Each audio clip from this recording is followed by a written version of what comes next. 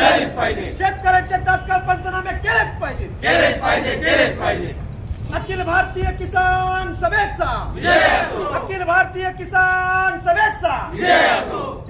शेतकऱ्याला हेक्टरी 50,000 रुपये मदत मिळालीच पाहिजे. वाहून गेलेल्या जमिनीची हेक्टरी 50,000 रुपये शेतकऱ्याला मदत मिळालीच पाहिजे. शेतकऱ्याचे ठिबक पाईप मोटर वाहून गेलेली त्यांना मदत मिळालीच पाहिजे. शेतकऱ्याचे ठिबक मोटर पाईप वाहून गेलेल्या त्यांना मदत मिळालीच पाहिजे. अतिवृष्टीनं पीक शेतकऱ्याचं नुकसान झालेली भरपाई दिलीच पाहिजे. अरे कोण म्हणते देत नाही, अरे कोण म्हणते देत नाही, शेतकऱ्यांना अनुदान मिळालंच पाहिजे. शेतकऱ्यांना अनुदान मिळालंच पाहिजे.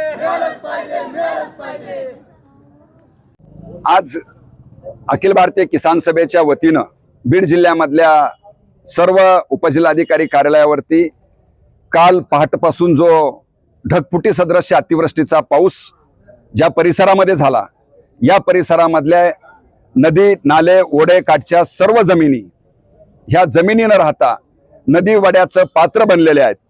आणि केवळ त्यावरती असणाऱ्या पिकाचंच नुकसान नाही आहे, तर त्या जमिनीचं पूर्णपणे नुकसान झालेलं आहे. आणि या धर्तीवरती शेतकरी आज मागणी करतोय की वरवरची मदत न देता खचून गेलेल्या जमिनी वाहून गेलेल्या सर्व पंचनामे व्यवस्थित करून यांना मोठ्या प्रमाणामधली मदत, जमीन दुरुस्त करण्यासाठीची मदत शासनाने करावी, या मुख्य मागणीला घेऊन आज किसान सभा त्या परिसरातल्या शेतकऱ्यांना घेऊन एक निदर्शनाच्या रूपानं चेतावणी देते आहे.